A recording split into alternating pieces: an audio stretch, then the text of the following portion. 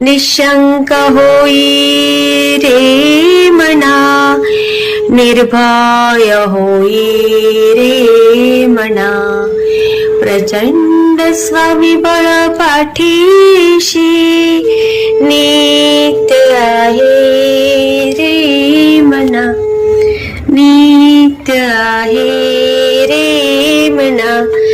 जय शिवदत्त श्री स्वामी समर्थ महाराज की.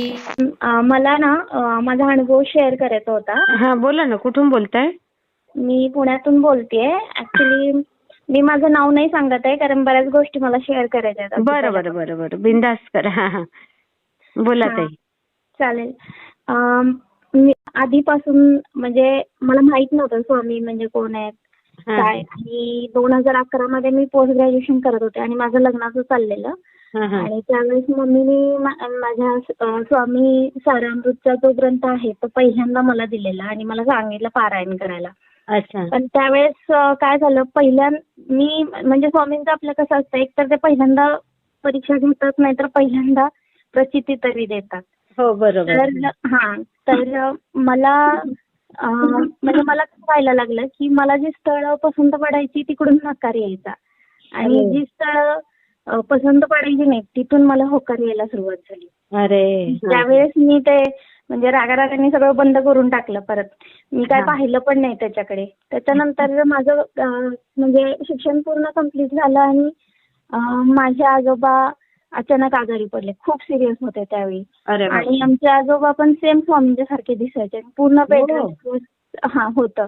आणि त्यावेळी कसं झालं, घरी सगळे नोकरी करणारे असल्यामुळे आणि त्यावेळी माझं जस्ट शिक्षण कम्प्लीट झाल्यामुळे मी घरीच होते. मग त्यांची पूर्ण सेवा करण्याचं म्हणजे भाग्यच मला मिळालं असं मी म्हणते तुम्हाला.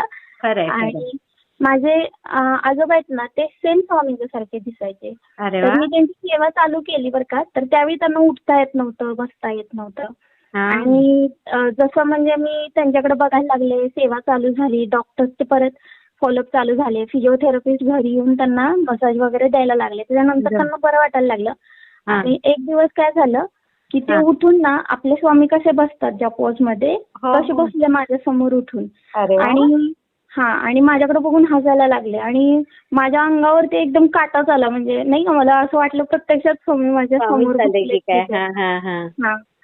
आणि त्याच्यानंतर मग यांचं स्थळ आलं मला. मग तिथून मला त्यांच्याकडून होकार आला.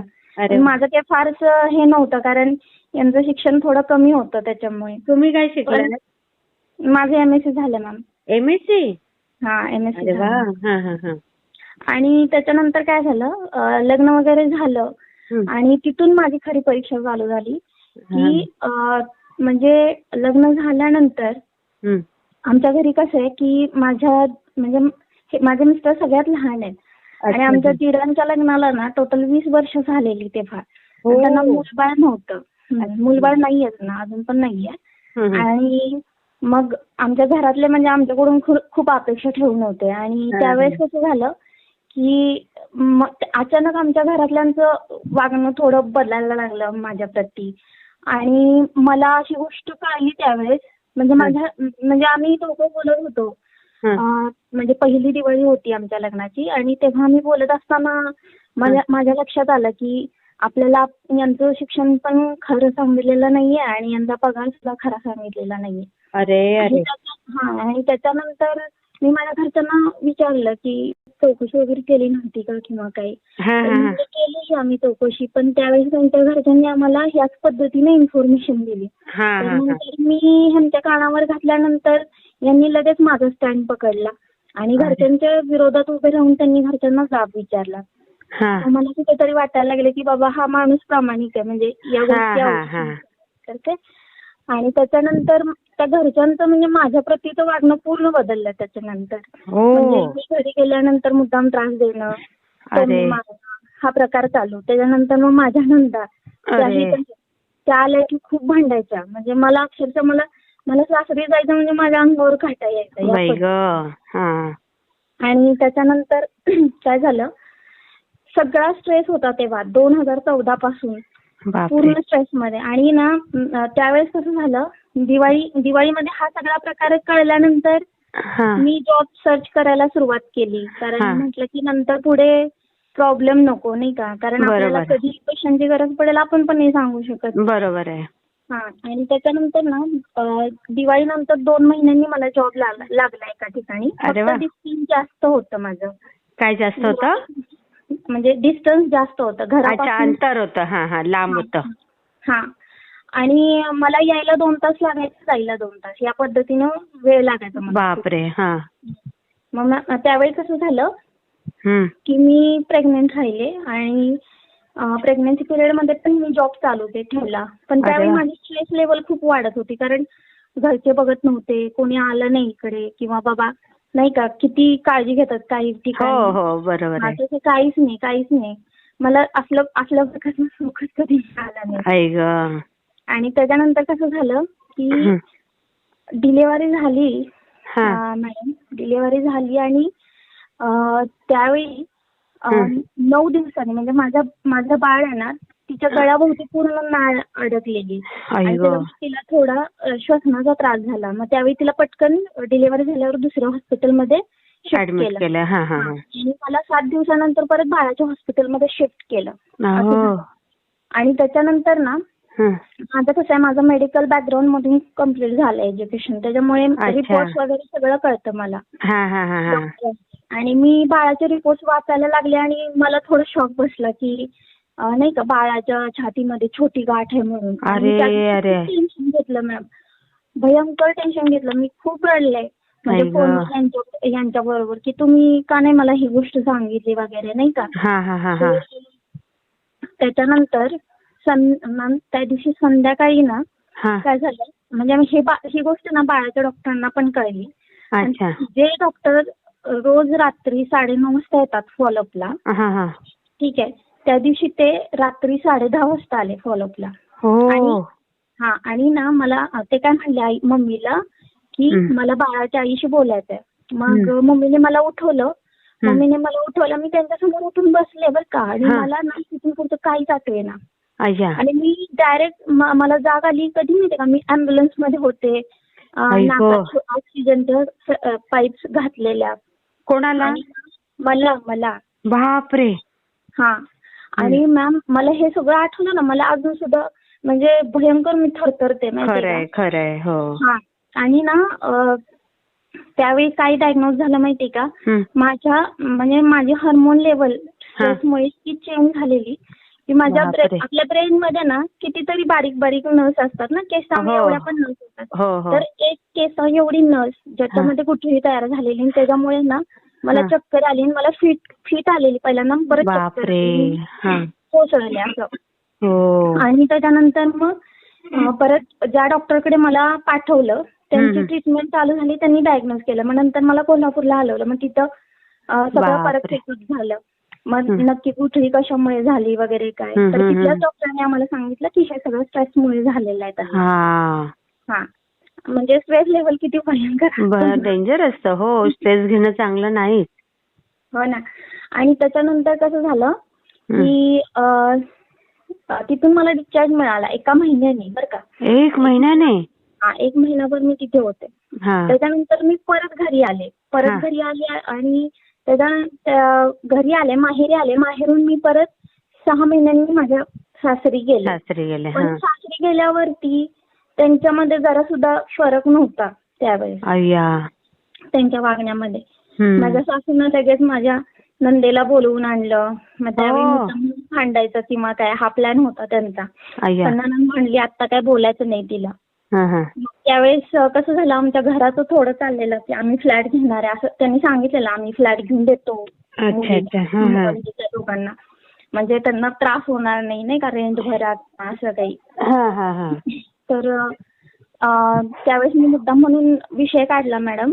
आणि ना त्याच्या आधी मी त्यांचं काय रिप्लाय येतोय आणि आपल्या माघारी परत ते काय बोलतायत ना, हे मला जाणून घेण्यासाठी मी माझा फोन तिथं रेकॉर्डिंग वर ठेवलेला नकळत त्यांच्या. आणि त्याच्यानंतर ना त्यांनी सांगितलं की बाबा होईल, काय काळजी करू नका, म्हणजे या पद्धतीनं बोलले ते काय. आणि त्याच्यानंतर मी बाहेर गेले, तर ह्यांचं सगळं चालू, म्हणजे हिला कसं ठेचायचं, त्याला कसं ठेचायचं, कशा पद्धतीने त्रास द्यायचा ह्यांना ओ. या पद्धतीनं सगळे प्लॅनिंग करत होते. बापरे. आणि त्याच्यानंतर मी ह्यांना ऐकवलं, म्हणलं बघा ह्या गोष्टीमुळे म्हणलं त्रास होतो आपल्याला, की आपण म्हणजे नाही का एक स्वतः ठाम निर्णय घेत नाही, आपल्या करिअरवर आपण फोकस करत नाही, खूप गोष्टी आपल्या हातून चुकतात, त्याच्यामुळे म्हणलं हे असं होत आहे. तर त्याच्यानंतर काय झालं मॅडम, त्याच्यानंतर मग आम्ही माझ्या एका मैत्रिणीचा कॉल आला, मला म्हणजे तू रिझाईन वगैरे काय करू नकोस, आपलं पेमेंट डबल झाले आता आणि तुझं घराचं स्वप्न पण पूर्ण होईल. म्हणलं ठीक आहे. आणि तोपर्यंत मॅडम माझ्या म्हणजे मी स्वामींचं काहीही करत नव्हते, ठीक आहे. पण मी तुम्हाला नंतर चमत्कार आता इथून पुढे कसे होतात ना हे सांगते. त्याच्यानंतर काय झालं, ती म्हणली की ठीक आहे. मी म्हणलं ठीक आहे. आणि त्याच्यानंतर दुसऱ्या एक माझ्या सिनियर मॅम त्या म्हणाले की एवढे तुझ्या घरासाठी प्रॉब्लेम येत आहेत तर तू तुझी पत्रिका का नाही दाखवते. म्हणलं ठीक आहे दाखवते मी. ते गुरुजी काय म्हणले आम्हाला की तुमचं घर होईल, तुम्ही काळजी करू नका, आता तुमच्या खिशामध्ये पैसे आहेत नाही याचा विचार करू नका, ठीक आहे. आणि माझं त्या पद्धतीने आम्ही प्रयत्न चालू ठेवले. आणि 2018ला आम्ही घर बुक केलं, म्हणजे 2017 पासून आमचं टेस्टिंग चालू होतं, ठीक आहे. 2018ला बुक केलं मॅम. त्याच्यानंतर 2021ला माझं घर झालं. आणि त्याच्यानंतर ना तो पॅन्डेमिकचा पिरियड होता आपला, कोरोनाचा पिरियड होता ना. आणि त्या पिरियड मध्ये ना माझा जॉब गेला त्यावेळेस. आणि मी सर्च करत होते परत, मला मुंबईला जॉब मिळाला, ठीक आहे. आणि मुंबईला जॉब मिळाल्यावर मग आता म्हटलं काय करायचं, तर हे म्हणाले की आपण माझी ट्रान्सफर होते का मी चेक करतो. यांचं कसं झालं, एकच जागा शिल्लक होती त्या कंपनीमध्ये आणि एरोलीला, आणि मला पण एरोलीला जॉब मिळाला. अरे वा. आणि मग आम्ही हे करत होतो, शिफ्टिंग त्यावेळेस आमचं चाललं, ठीक आहे मॅम. शिफ्टिंग चाललेलं आणि तुम्हाला सांगते मी बॉक्स वगैरे भरत असताना ना माझ्या ज्या हॉस्पिटलच्या फाईल्स होत्या की नाही सगळ्या त्या खाली पडल्या.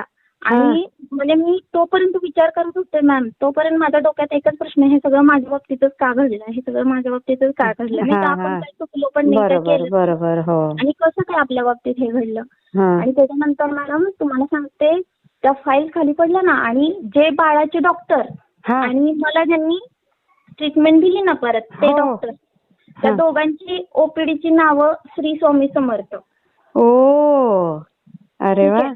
ते स्वामी भक्त होते. नंतर माझी जी मैत्रीण जिनं मला सल्ला दिला की तू ह्या डॉक्टर पंडितांकडे जा आणि तुझी कुंडली घेऊन जा, ती स्वामी भक्त आहे.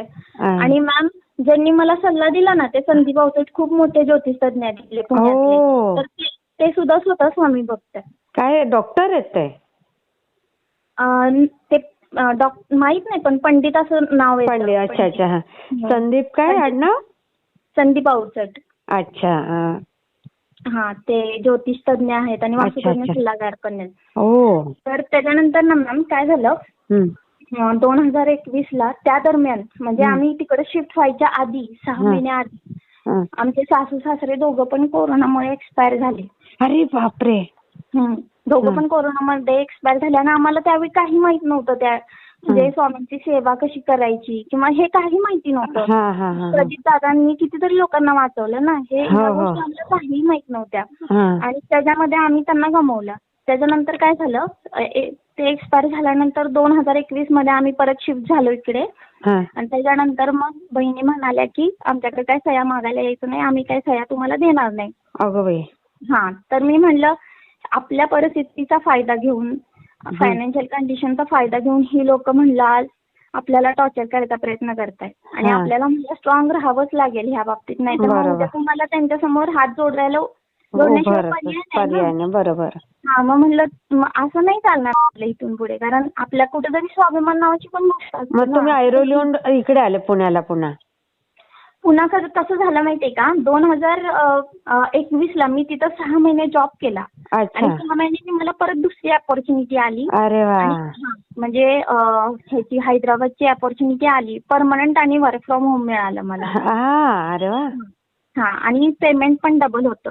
ज्यावेळी मॅडम मी तुम्हाला सांगते, आणि त्यावेळेस कसं झालं माहिती का, त्यावेळेस ना अपॉर्च्युनिटी एक्सेप्ट केली मी. आणि मी ना काम करत करत ऐकायला लागले स्वामींबद्दल. आणि त्याच्यामध्ये तुमच्या चॅनलचं सगळे हे यायला लागले, आणि अनुभव यायला लागले. आणि त्याच्यामध्ये मला कळलं की स्वामींची सेवा कशी करायची अच्छा. किंवा हा. या पद्धतीने नाही का. मग मी पुन्हा जास्त सर्च केलं आणि मी एकदा त्यांना सांगितलं की आपण अक्कलकोटला जाऊया का. कारण अभिश्री म्हणजे माझी मुलगी आता 7 वर्षाची आहे. अरे वा. तर ना मी तिच्या वेळी जेव्हा प्रेग्नेंट होते त्यावेळी मी जस्ट घरातून बोललेले की सगळं काही व्यवस्थित होऊ दे, मी तुमच्या येईन दर्शनाला नाही का. पण माझं एवढं सिरियस नव्हतं मी कधी की स्वामी असतात किंवा असं काही नाही. एक सहज बोलल्या होत्या. हा, सहज बोललेलं. आणि त्याच्यानंतर ना गेले अक्कलकोटला ह्यांना घेऊन. आणि त्याच्यानंतर हे ज्या प्रमोशनसाठी ना मॅडम 3 वर्ष ट्राय करत होते. प्रमोशन त्यांना 1 महिन्यात मिळालं त्यावेळेस. अरे वा. त्यांचं काय शिक्षण आहे? त्यांचं डिप्लोमा झालंय आणि ते आता तेव्हा ते असिस्टंट मॅनेजर झाले. त्याच्यानंतर ना तुम्हाला सांगते, नंतर मी 6 महिन्यांनी मी यांना म्हणलं की आपण पुण्याला जाऊया परत, कारण आमचे सगळे पाहुणे इकडेच आहेत. माझे भाऊ आहे, तर आमचे चुलते एक आहेत, सगळे इकडेच. सगळे इकडे आहेत. मग म्हणलं आपण जाऊ तिकडे. मग हे म्हणले ठीक आहे तू जा म्हणले, पहिल्यांदा मी बघतो म्हणलं. मी म्हणलं तुमची जर ट्रान्सफर होणार नसेल तर मग तुम्ही हे करा म्हणलं, काय जॉब चेंज करा. म्हणले ठीक आहे बघू म्हणलं काय. आणि त्यावेळेस ना ह्यांचं आणि स्वामींचं कम्युनिकेशन व्हायला लागलेलं, अटॅच व्हायला लागलेलं. हे मला माहिती नव्हतं ऍक्च्युली. आणि त्यावेळी कसं झालं की घरातल्यांची पण मीटिंग झाली प्रॉपर्टीवरून. मग तोंडून म्हणजे वाक्य असं वाटत होतं की स्वामीच बोलतायत की काय या पद्धतीनं. म्हणजे ह्यांनी कसं झालं, आम्ही आतापर्यंत आई वडिलांना किती खर्च केला हे आम्ही कधी मोजलंच नव्हतं आता. बरोबर. पण जेव्हा आम्ही सगळं काढायला लागलो ना तेव्हा त्यांना म्हणजे काय करून काय नको असं झालेलं. काही कोणी एक वाक्य बोललं नाही त्याच्यासमोर त्यांच्यासोबत असं. आणि त्याच्यानंतर मग 6 महिन्यांनी परत आम्ही इकडे आलो पुण्याला. ठीक आहे. आणि नंतर त्यावेळेस कसं झालं, ह्यांना परत कमिन्स मध्ये जॉब मिळाला, पण तिकडचा क्लायंट त्यांना सोडायला तयार नव्हता. आणि मग ते म्हणाले की तुला आम्ही पुढची पोस्ट देतोय आणि पेमेंट जेवढं तुला आता दिलंय नवीन कंपनीने तेवढंच पेमेंट आम्ही तुम्हाला देतो, तुम्ही जाणार नाही सोडून. असं झालं ते. मग हे म्हणले ठीक आहे. आणि ना तुम्हाला सांगते म्हणजे 1 वर्षात हे 2 प्रमोशन झाले बरं का. डेप्युटी मॅनेजरचं 2nd प्रमोशन मिळालं 1 वर्षात. त्याच्यानंतर इकडे आलो आम्ही. आणि तेव्हा काय झालं परत, मग आम्हाला कळलं की बॅलन्स थोडा राहतोय शिल्लक नाही का, कारण त्यावेळी खर्च पडायला लागलेत पैसे थोडेफार. तर हे म्हणले की काय करायचं. मग माझा भाऊ घर बघत होता. मग तो म्हणला एक दिवस की चला आपल्याला घर बुक करायचंय म्हणून. आणि हा आमच्या दोघांना घेऊन गेला, आला इकडे. आणि त्याच्यानंतर ना त्यानं घर बुक केलं. आणि तेव्हाच तिथे जे होते म्हणजे डील ज्यांनी केलं ना ते म्हणाले की तुमच्या बँकेतले माणसं आहेत का म्हणले, कारण असतात ना कॅल्क्युलेशन करायला साईटवर. मग ते म्हणाले की आहेत. मग आम्ही आमच्या बाबतीत बोललो त्यांना पहिल्यांदा की आमचं एवढं असं आहे तर बसेल का. तर हे म्हणले बसेल. मॅडमनी जर त्यांच्या नावावरती घर घेतलं ते स्वतः तर म्हणले बसू शकतं. आणि मॅम तुम्हाला माहिती आहे का, स्वामींच्या कृपेनी इथे 75 लाखांचं फ्लॅट झाला माझा. बापरे. आणि तो पहिला झाला होता तो 2021 ला मी दिला. अरे वा. आणि माझ्या आईचं घर वरचं, माझं खालचं. अरे वा. आणि ना मॅम त्याच्या 6 महिन्याआधी श्रावणमध्ये आम्ही इथं रेंटने राहत होतो पुण्यामध्ये. तर इथे आमच्या घरी स्वामी आलेले गाणगापूरवरून. आणि त्यांनी मला सांगितलं की ताई म्हणले, ते सरळ बोलले पहिलं वाक्य की ताई तुझा सासरा राजा माणूस होता पण त्यांनी गाढवाच्या हातात दिला सगळं कारभार, म्हणून आज ही अवस्था आहे तुमची. तर मी म्हणलं माझी अपेक्षा पण नाहीये म्हणलं त्यांच्याकडून काही मिळावं असं, कारण म्हणलं आमच्या सासूबाईंना पण मी स्पष्ट सांगितलेलं की मला तुमच्याकडून कसल्याही प्रकारची अपेक्षा नाहीये, फक्त म्हणलं तुम्ही व्यवस्थित वागा. म्हणलं ते त्यांना शेवटपर्यंत झालं नाही. आणि ना त्यावेळी त्याच्यानंतर म्हणले की तुझं ना दिवाळीपर्यंत घर होणार आहे. तर मी म्हणलं हे कसं शक्य आहे म्हणलं, मी आता दुसरं घर घेतलंय 2021 मध्ये. म्हणले नाही होणार. आणि ते त्या पद्धतीनं झालं. आणि ना तुम्हाला सांगते डिसेंबर मध्ये गुरुवारी परत माझ्या स्वप्नामध्ये ना आमच्या सासूबाई आलेल्या. ओ. आता माझ्या गळ्यात पडून खूप रडत होत्या. मग मी त्यांना म्हटलं की आई नका टेन्शन घेऊ, काही व्यवस्थित होईल म्हणलं सगळं. हा हा ज्यांनी म्हटलं खूप प्रॉब्लेम्स क्रिएट केलेत त्यांना म्हटलं सोडणार नाही मी. या पद्धतीनं मी त्यांच्याशी बोलत होते स्वप्नात. हा हा मला कळलं नाही. त्याच्यानंतर मी विचारलं परत, हा तुमच्याच ग्रुप म्हणजे स्वामी ओम ग्रुप आहे ना बघा, तिथून एका यांचा फोन आलेला दादांचा.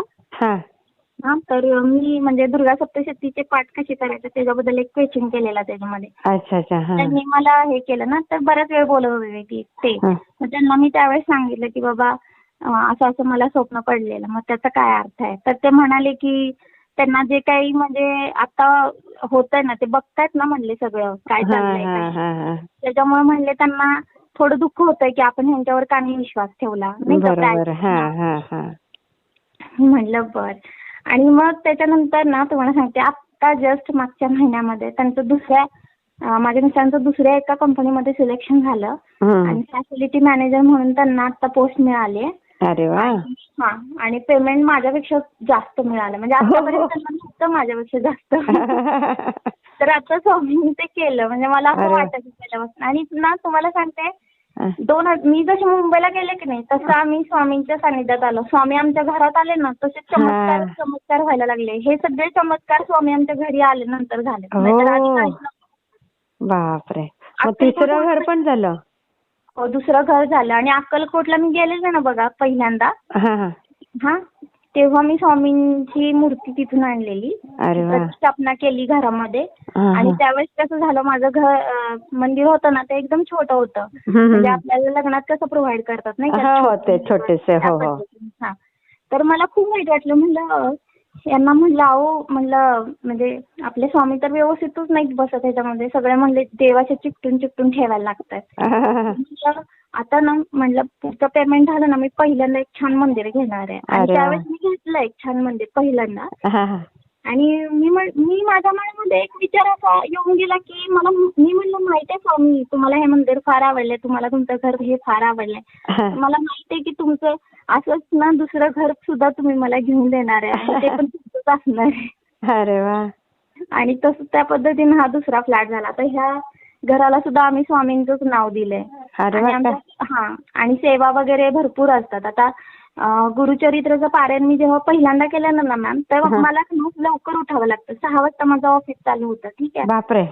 हा, मग मी ना रात्री 3 वाजता उठून ना 3:30 पर्यंत सगळं आवरायचे आणि पारायण वाचायला बसायचे. मग 5:30 पर्यंत माझं होऊन जायचं ते. तर ना तुम्हाला सांगते, त्या 7 दिवसामध्ये प्रत्येक दिवशी आमच्या घरामध्ये ना त्या दिव्यामध्ये आपलं ह्याचं वटवृक्ष असतो ना जो स्वामींच्या पाठीमागे, 7 दिवस इमेज आलेली तशी 7 दिवस. बापरे, कमाल. हो ना.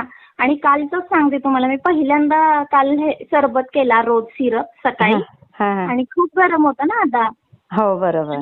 ठेवलं स्वामींच्या समोर हे नैवेद्य म्हणून सिरप थोडी सरबत. आणि अर्ध्या तासात चंद्रकोर आली. अय्या. आणि मुलीच्या त्या गाठीचं काय झालं? हा, कशाचं? मुलीला पण गाठ दाखवली होती ना जन्मताच? नाही, ते ऍक्च्युली काय झालं माहितीये का की म्हणजे त्यावेळेस कसं झालं, जे माझे दुसरे डॉक्टर होते, म्हणजे मला ज्यांनी लहानपणापासून ट्रीटमेंट व्हॅक्सिनेशन वगैरे द्यायला जातो, ते डॉक्टर पण तिथेच होते त्या हॉस्पिटलमध्ये. मग मला म्हणले अगं काय खूप तू म्हणले किती टेन्शन घेतेस, तुझ्या मुलीला काही झालेलं नाही म्हणले. ते सगळ्यांच्या ह्याच्यामध्ये असतं म्हणले, नॉर्मल असतं ते. अच्छा. म्हणले सगळ्यांच्या ह्याच्यामध्ये तो जो होल असतो ना, ज्या होलची म्हणजे जी साईज असते ना, ते म्हणले बाळ जन्म झाल्यानंतर प्रत्येक बाळाच्या म्हणले हृदयामध्ये असतं ते. हो का? अच्छा अच्छा. म्हणले तू म्हणले एवढ्याशा गोष्टीवरून एवढं सगळं हे केलंस. मी म्हणलं नाही. किती टेन्शन घेतलं तुम्ही त्या गोष्टीचं. हो ना. ऍक्च्युली काय झालं माहितीये का, माझ्या नंदेच्या मुलाला होल आहे आणि मी बघितलेलं ते कसा त्रास होतो, काय होतं. मी भयंकर टेन्शन घेतलं. मी म्हणलं हे आता परत आपल्या वाट्याला येणार का. ऑलरेडी म्हणलं एवढे फायनान्शियल प्रॉब्लेम चालू आहेत आपले. बरोबर. म्हणजे त्यावेळी माझ्या मिस्टरांना पगार जास्त नव्हता होता फक्त. अरे बापरे. आणि नंदा किती तुम्हाला? नंदा किती आहेत? नंदा 3 आहेत. पण अच्छा. त्यातल्या एक असते ती लांबच असते, ती म्हणजे ऍक्च्युली बाहेरच्या राज्यामध्ये राहतात त्या. अच्छा अच्छा अच्छा. आणि त्या जास्त हे नाहीत करत, पण ह्या दोघी ज्या आहेत ना हा त्या हा. फार म्हणजे फार म्हणजे असं वाटतं की त्यांचं सगळं लक्ष प्रॉपर्टी इकडे आहे की काय. चुकीचं आहे हे. Behavior. बहिणींनी कसं उगाच भावाच्या ह्याच्यात नाही जास्त डोकं लावलं पाहिजे. आजकाल सगळीकडेच हे झालंय. मग असं. किती पण आम्हाला छान आता चालू आहे काही तुमचं. वाटत नाही ताई, कारण स्वामींनी एवढं भक्कम केलं ना आम्हाला आणि सगळ्या दृष्टीने स्ट्रॉंग केलं. अरे वा, खरंच अशीच कृपा राहणार तुमच्या घरावर. खूप ना. छान. हं, मी शेअर करते हं ताई. हो हो चालेल. हं, श्री स्वामी समर्थ ताई. वाटला ते मला कमेंटमध्ये नक्की सांगा. आणि व्हिडिओ आवडला असेल तर लाईक, शेअर आणि सबस्क्राईब करायला विसरू नका. आणि हो, तुमचेही असेच काही अनुभव असतील तर या दिलेल्या नंबरवर रात्री 9 ते 10 ह्या वेळेमध्ये तुम्ही शेअर करू शकता.